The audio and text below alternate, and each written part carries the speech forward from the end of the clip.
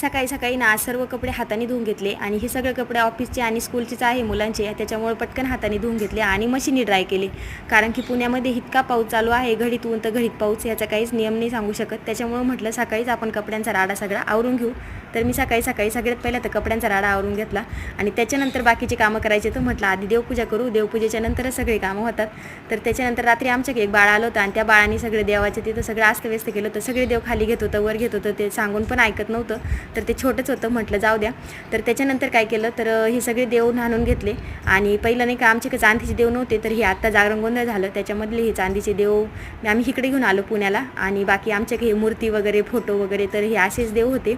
तर चांदीचे जे देव होते ते गावाला होते, म्हणजे नव्हते आमच्याकडं. तर आता हे जागरण गोंधळ घरभरणी केल्यामुळे हे देव आता आम्ही संघ घेऊन आलो, सोबत घेऊन आलो.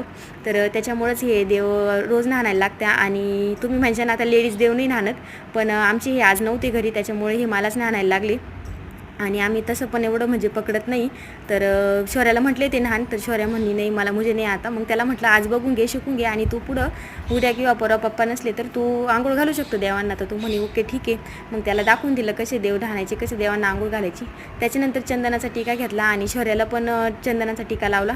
कारण छोट्या मुलांना काय टीका लावूनच घराच्या बाहेर पाठवा, कारण त्याच्यामध्ये पॉझिटिव्हिटी असते आणि चांगले विचार करण्याची खूप क्षमता असते टीक्यामध्ये.